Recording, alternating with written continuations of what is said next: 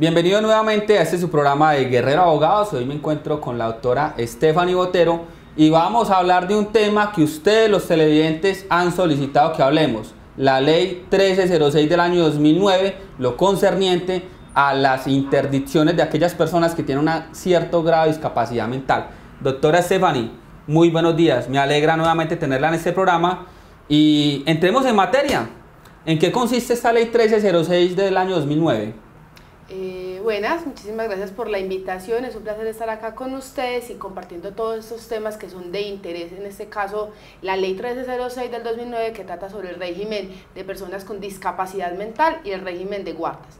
Entonces, hablar de la 1306 del 2009 es hablar de la protección de las personas con cierto grado de discapacidad mental.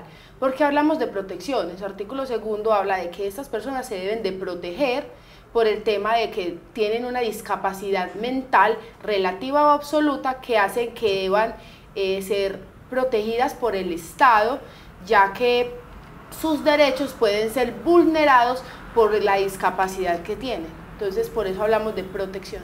Sí, claro, no falta pues la persona que dice, como esta persona tiene cierto grado de discapacidad mental, entonces me voy a aprovechar de ella y voy a hacer que pase sus bienes a mi nombre.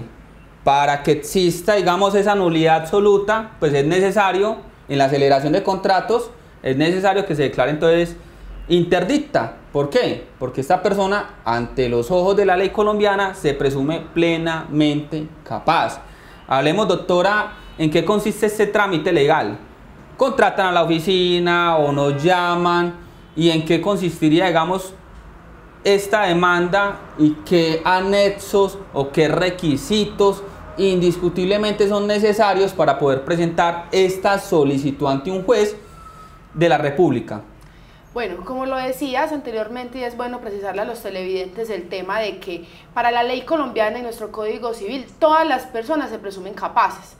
¿Qué sucede? Que hay personas que digamos que tienen problemas mentales que en algún momento de su vida le generan que su voluntad y sus actos o su consentimiento esté viciado porque no sabe lo que está haciendo. Una persona de pronto no tenga el conocimiento de que quizás firmando unas escrituras públicas puede vender todo su patrimonio a X persona cuando no tiene el conocimiento pleno de qué es una venta y qué es enajenar sus bienes.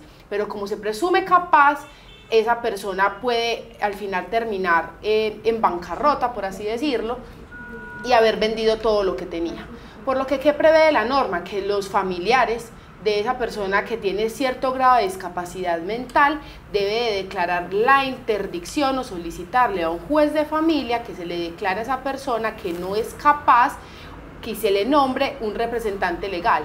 ¿Cómo se hace esto? En una demanda judicial y en un proceso de jurisdicción voluntaria. ¿Qué es la jurisdicción voluntaria? Existe que cuando vamos ante un trámite judicial o ante un juez, podemos hacer un trámite contencioso, sea un verbal o verbal sumario, y un proceso de jurisdicción voluntaria. En la jurisdicción voluntaria, aunque hablamos de demanda, es una solicitud, porque es una parte quien solicita a un juez que se haga o se declare cierto tipo de sentencia, en este caso declarando una interdicción. ¿Por qué no existe un demandado?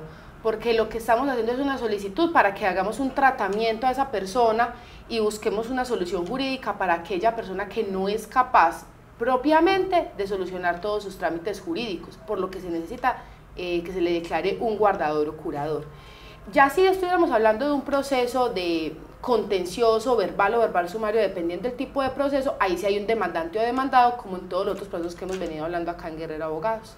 Bueno, doctora, muy interesante su respuesta, pero indíquenos por favor el tiempo estimado de este procedimiento de interdicción. Bueno, este proceso de interdicción sigue teniendo pautas de notificación judicial como si fuese un proceso contencioso, así que realizamos la demanda judicial y ya con ella realizamos el tipo de notificaciones. ¿Por qué las notificaciones? Porque digamos que como cualquier persona puede adelantar esto, familiares o no familiares, lo puede hacer hasta un defensor de familia o un juez de oficio, se da que, digamos, la empieza a adelantar la hermana que vive con la señora que tiene un problema de deficiencia mental.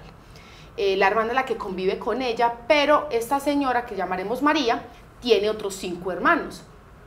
Y necesariamente se hará menester que el juzgado diga que que se nombren las otras personas que también podrán ser curadores o los representantes legales que será de la señora María, por lo que la hermana que adelanta la interdicción deberá de notificar a sus otros hermanos. ¿Para qué? Para que se hagan parte del proceso, para que ellos lleguen y digan, yo también quiero ser el curador de mi hermana porque yo tengo mejores condiciones económicas o porque yo tengo más afinidad con ella y la voy a estar cuidando, porque hay que agregarle a los televidentes que el curador no es solamente quien va a manejar sus bienes, sino que además de eso le va a prestar toda la atención debida para esa persona, porque quizás esa deficiencia mental que tenga esa persona genere que se le deba estar realizando hospitalizaciones o que se tenga que estar llevando constantemente al médico. Entonces no solamente es guardar su patrimonio, sino además cuidarla a ella como persona.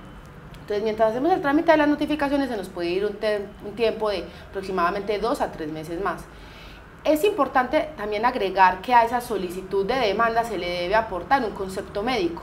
Cuando estamos hablando de la interdicción, o sea, de la discapacidad mental absoluta, se debe de aportar un documento dado por un psiquiatra o por un neurólogo que debe cumplir ciertos parámetros, entre ellos decir cuál es la patología de la enfermedad que tiene esa persona, si por algún motivo la persona se va a poder curar a futuro o no, o qué tan trastornada está y qué tan viable o tan necesario es el tema de que se adelante la interdicción. Ese documento es esencial. Se pueden aportar historias clínicas, pero no son el documento esencial para este tipo de trámites. Si no se tiene ese documento, no se podrá presentar la demanda judicial. O sea que en este caso estamos hablando de un proceso que siempre va a ser por vía judicial o por demanda. ¿Este proceso se podría realizar en algún momento ante un notario de la República? No, no se puede realizar ante un notario de la República. Lo que estamos hablando aquí es un proceso de interdicción, donde el juez en una sentencia, después de haber revisado el documento aportado del concepto médico y además de haber solicitado otro por un perito que vuelva y rectifique lo que ya se dijo, se va a declarar por sentencia judicial que esa persona es una persona interdicta y que se le tiene que nombrar un respectivo guardador o curador. ¿Qué se puede hacer por notaría? Unos padres que tengan a un hijo que tiene problemas mentales y que se sabe que a futuro no se va a poder responsabilizar por sus actos, podrán hacer mediante un testamento, dejar a una persona como curadora de él. Y ya será esa persona como curadora de él, podrá adelantar a futuro un proceso de interdicción, porque como lo decía anteriormente, el proceso de interdicción lo puede adelantar cualquier tipo de persona.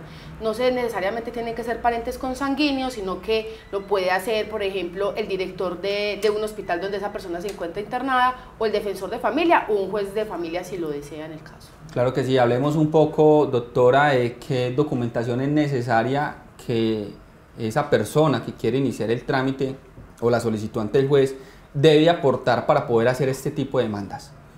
Bueno, estamos hablando ahorita del concepto médico. Ese concepto médico es un requisito esencial de la demanda. Además, se debe de aportar el poder de un abogado. Hay que aclarar a los televidentes que esto se hace, aunque sea un proceso de jurisdicción voluntaria, tiene que ir acompañado de un abogado mediante un proceso que es una demanda judicial que debe cumplir ciertos requisitos legales que consagra el Código General del Proceso. Además, tendrá que aportar, en caso de que sea un pariente, entonces el registro civil de nacimiento de la persona que se pretende declarar interdicta y el registro civil de nacimiento de la parte, sea el hermano, un padre o un abuelo. Y lo otro serán la historia clínica si la pretenden aportar y los documentos que digan, sean testimonios, que digan que la persona no es plenamente capaz. Esto en un proceso de interdicción, porque la Ley 1306 del 2009 también habla de los procesos de inhabilidad de las personas con discapacidad mental relativa, que son procesos que se adelantan como procesos contenciosos y se trata de que vamos a inhabilitar, no es como declarar interdicta a la persona frente a todos los actos, sino que es inhabilitar a una persona para actos plenamente negociables. ¿Por qué? Porque se considera que esa persona no sabe administrar su patrimonio. Claro que sí. Entonces, desde este punto de vista, ya sabemos, los televidentes saben que quien declara quién será ese guardador o curador será el juez de la República. Pero supongamos que este guardador que ha sido designado por el juez de familia, supongamos que ese guardador empieza a cometer actos que van contrarios a, digámoslo así, el interés de esa persona que está interdicta. Por ejemplo, esta persona que está interdicta tiene 4 casas y el guardador o curador empieza a salir de todos estos bienes para aprovecharse de esos dineros. Es posible hacer una solicitud una vez terminado este proceso ante ese juez para que cambie de curador y, digamos, en este caso designe otro familiar que sea representante legal de esta persona que es interdicta. Sí, claro, esto es posible y hay que tener en cuenta que el proceso de interdicción nunca termina. Este proceso no es como los demás procesos que se archivan una vez terminada la sentencia judicial, sino que por el contrario, anualmente también hay que rendirle cuentas al juzgado, por lo que ese curador que quizás está desperdiciando todo el patrimonio de la persona interdicta, tiene que estarle rindiendo anualmente unas cuentas al juez de qué está haciendo con el dinero, porque esa persona es el representante legal. Doctora Stephanie Botero, infórmenos en dónde pueden contactar la firma. Nos puede contactar en la ciudad de Medellín. Nosotros estamos como Guerrero Abogados en redes sociales y nuestro teléfono es el 301-322-9007. Bueno, muchas gracias a todos ustedes los televidentes que nos siguen viendo, que nos siguen visualizando y siguen mandando sus preguntas e inquietudes al canal CNC Medellín. Muchas gracias por su atención.